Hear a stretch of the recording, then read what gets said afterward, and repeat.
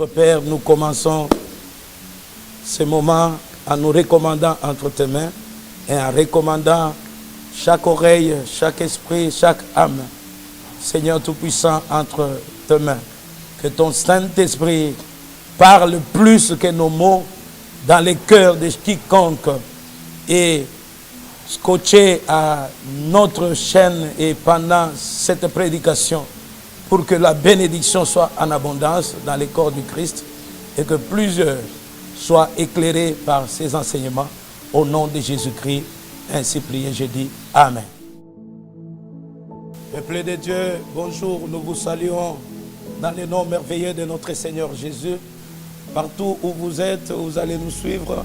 Que Dieu vous bénisse abondamment parce que c'est un moment merveilleux de la parole de Dieu. Cette parole qui nous donne la vie, cette parole qui nous soutient, cette parole qui bénit beaucoup de gens. Et vous êtes heureux de prendre part à ce moment combien merveilleux et favorable que le Seigneur nous accorde encore. Soyez bénis. Oui, dans le cadre de notre prédication et par rapport à notre chaîne, nous disons que c'est une chaîne du salut, une chaîne de bonnes nouvelles. Soyez bénis. Et nous allons partager aujourd'hui sur un thème que nous avons intitulé la bénédiction.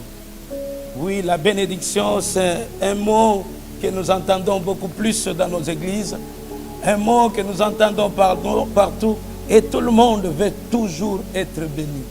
Et nous voulons savoir qu'est-ce que la bénédiction en soi. La bénédiction, c'est quoi?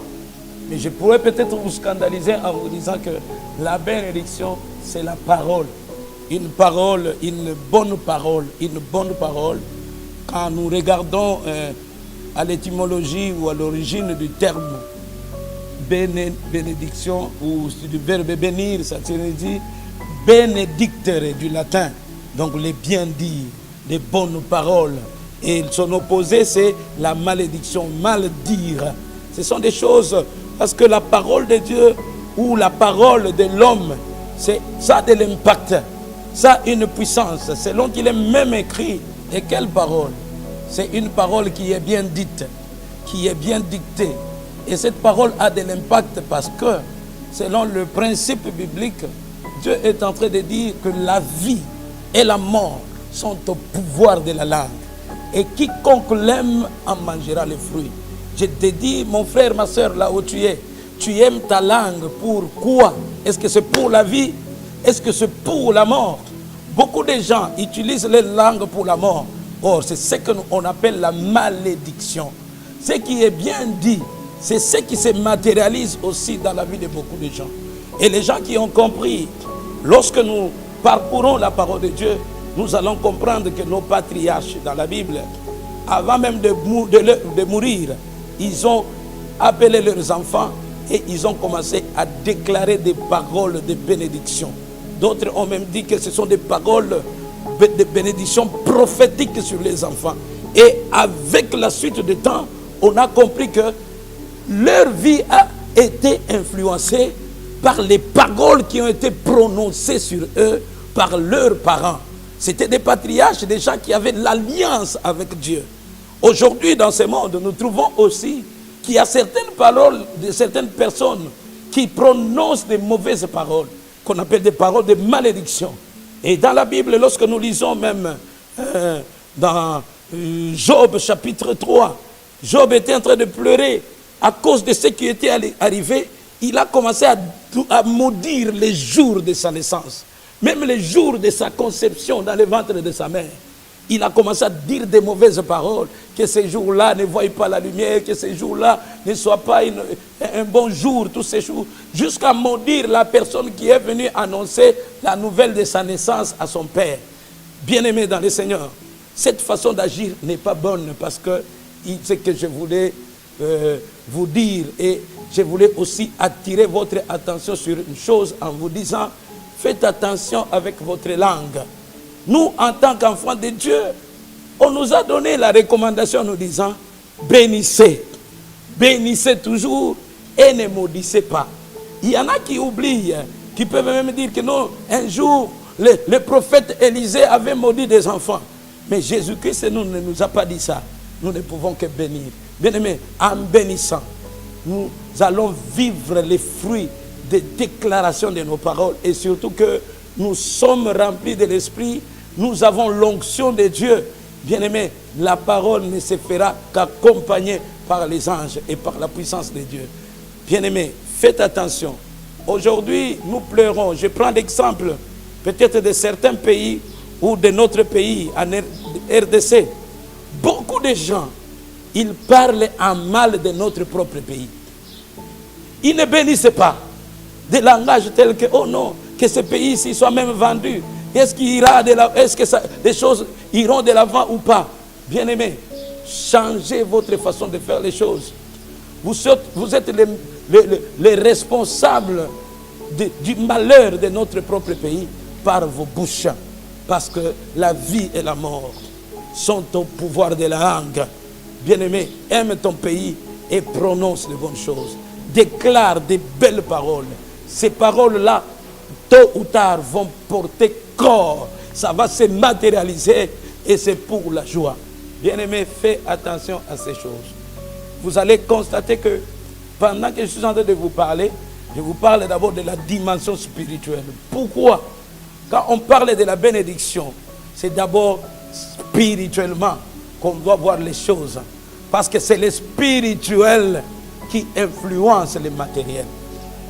Vous allez voir que dans la Bible, il y a quelque chose qui était arrivé. C'est lorsque le patriarche Isaac, le père de deux jumeaux, d'Ésaü et Jacob, avant de mourir, il était déjà vieux, mais il voulait libérer des paroles de bénédiction. Pourquoi l'accent était là? Pourquoi la bénédiction? Pourquoi il fallait que la parole sorte? Pourquoi il fallait que les paroles de bénédiction sortent de sa bouche? Et pourquoi cela était-il très important? Parce que la parole de Dieu, ou la parole de bénédiction, a l'impact sur la vie de quelqu'un. Ce n'est pas que Isaac n'était pas riche. Isaac était riche. Il avait des moyens. Ça lui créait même des problèmes. Chez les Amalécites, là où il était. Mais avant de partir, il a dit à Ésaü, je vais mourir. Fais-moi un plat. Le gibier de la manière que j'aime. Prépare-moi, je vais manger et je vais te bénir. Pourquoi? Il pouvait aussi bénir son enfant autrement. Il dit, viens, je te lègue toute ma richesse. Parce que c'était les résultats de bénédiction. Tel que Isaac aussi était béni. Il fallait aussi qu'il bénisse. Mais il a compris que la véritable bénédiction se trouve dans les paroles que je dois déclarer. Parce que les paroles vont avoir de l'influence sur la vie de mes enfants. Et je vais dire des bonnes choses, pas des mauvaises choses. Ceux qui maudissent, ils dérangent aussi l'avenir de leurs enfants. Mais Isaac plutôt a compris. Je préférerais que nous puissions lire. Nous sommes dans le livre de la Genèse, verset 27, à partir du 27e verset jusqu'au 29e. Et puis nous allons lire encore le verset 33 jusqu'au 39e verset. Je lis la parole de Dieu au nom de Jésus. Jacob s'approcha et le baisa. Isaac sentit l'odeur de ses vêtements. Puis il le bénit et dit, voici l'odeur de mon fils est comme l'odeur d'un champ que l'Éternel a béni. Donc là où il y a la bénédiction, on sent même l'odeur de cette bénédiction-là. Il dit que Dieu te donne de la rosée du ciel et de la graisse de la terre, du blé et du vin en abondance, que des peuples te soient soumis et que des nations se prosternent devant toi. Sois le maître de tes frères et que le fils de ta mère se prosterne devant toi.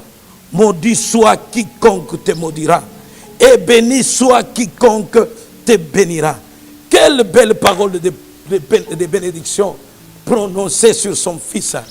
Là, il y a eu ce que nous connaissons de tous, qui a eu une ruse pour récupérer cette bénédiction. Alors, au verset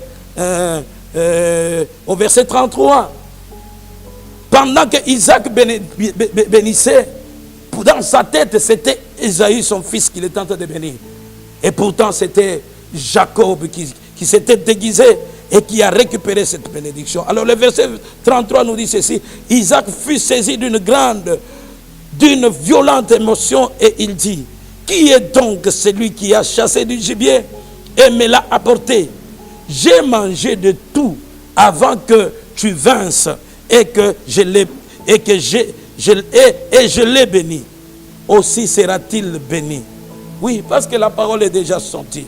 Lorsque Ésaü a entendu les paroles de son père, il poussa de forts cris, pleins d'amertume, et il dit à son père: bénis-moi aussi, mon père. Isaac dit: ton frère est venu avec ruse et il a enlevé ta bénédiction. Oui, bien-aimés dans le Seigneur, nous devons faire attention. La bénédiction est très, très importante. Cette bénédiction spirituelle d'abord, mais qui finit par être matérielle. Parce que c'est ce sont des paroles qui ont impacté la vie de Jacob partout où il était parti. Ésaü dit: est-ce parce qu'on l'a appelé du nom de Jacob qu'il m'a supplanté 2 fois? Il a enlevé mon droit d'aînesse. Et voici maintenant qu'il vient d'enlever ma bénédiction. Oui, les droits d'aînesse étaient déjà liés à cette bénédiction qu'il devait recevoir. Il n'y avait plus moyen de faire autrement. Alors le verset 29, Isaac son père répondit et lui dit, quand Ésaü est en train d'insister, il dit: bénis-moi aussi, n'y a-t-il pas encore une autre bénédiction? Il dit: ta demeure sera privée de la graisse. Exactement le contraire de ce qu'il avait déclaré sur Jacob. Et de la rosée, ça sera privé de la rosée du ciel d'en haut. Donc c'était en quelque sorte une proclamation de la sécheresse dans la vie d'Ésaü. Il dit: tu vivras de ton épée et tu seras asservi à ton frère, mais en errant librement ça et là, tu briseras son joug et dessus ton cou. Amen. Que Dieu vous bénisse, vous qui m'entendez. Alors nous allons comprendre une chose. Comprenez bien aimé, le secret qu'il y a. Quand Ésaü a eu la pensée de faire du mal à son frère, et sa mère, ayant été informée, alla auprès d'Isaac pour dire la chose à Isaac, et on avait libéré Jacob pour aller dans la maison de Laban. Bien-aimé dans le Seigneur, Jacob, quand Jacob est parti, il n'est pas parti avec des richesses matérielles. Il n'est pas parti avec des veaux, des brebis, des béliers, richesses de son père. Mais tout était resté. Mais comprenez une chose. Oui, Jacob est parti, il n'est pas parti avec la bénédiction matérielle. Il a tout laissé en fouillant la colère de son grand frère. Il est parti. Mais curieusement, ce qui est étonnant est que Ésaü qui est resté, il était là cherchant à faire du mal. Il regrettait en se disant que ma bénédiction a été volée. Alors qu'il est resté avec toute richesse de son père. Faites attention, la bénédiction, ce n'est pas d'abord la richesse matérielle, mais la bénédiction, elle est là. La bénédiction qui est parole, qui est spirituelle, c'est elle-même qui soutient même la bénédiction matérielle. Bien-aimé, préfère être béni par Dieu. Préfère être béni par les hommes de Dieu. Préfère arracher des paroles de bénédiction.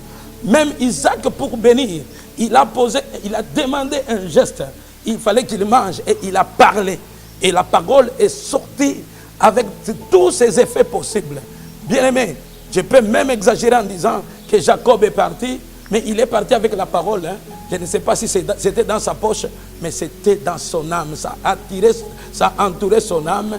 Et là où il est allé, tout ce que son père avait déclaré sur lui, c'est ce qui s'est manifesté dans sa vie.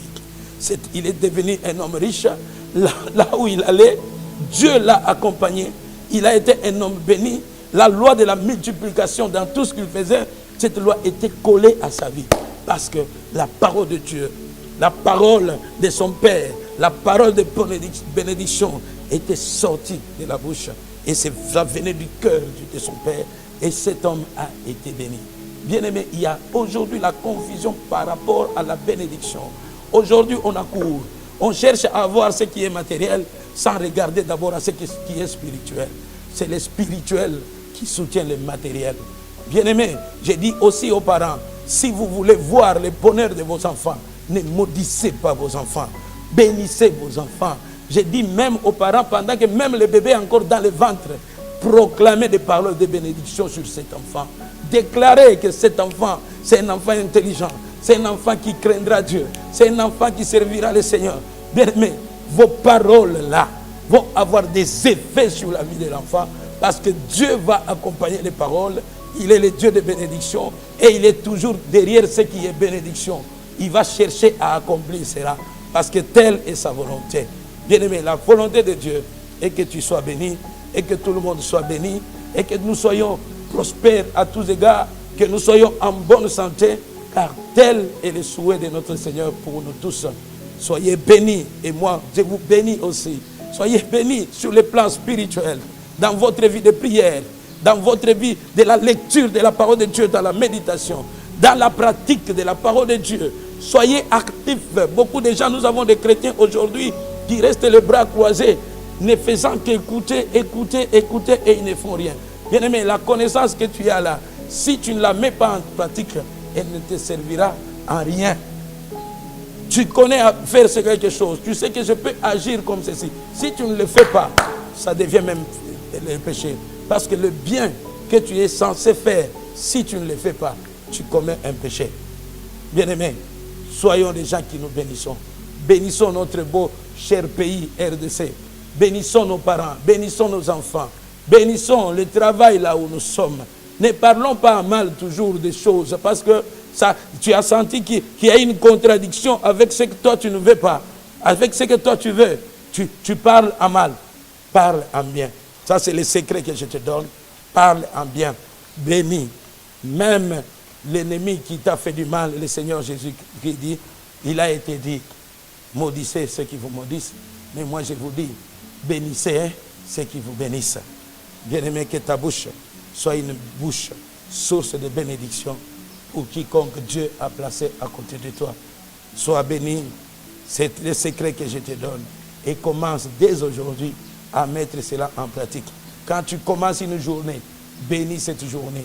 Si Jérémie et Job, pour leur part, avaient maudit les jours de leur naissance, toi bénis les jours de ta naissance, bénis les jours qui viennent aujourd'hui, bénis, bénis, bénis, bénis, bénis. Tu vas voir l'environnement de ta vie, spirituellement et physiquement, être influencé par la puissance de la parole que tu sors de ta bouche. Que Dieu te bénisse, toi qui viens de m'entendre. Que Dieu vous bénisse, vous tous qui venez de nous suivre.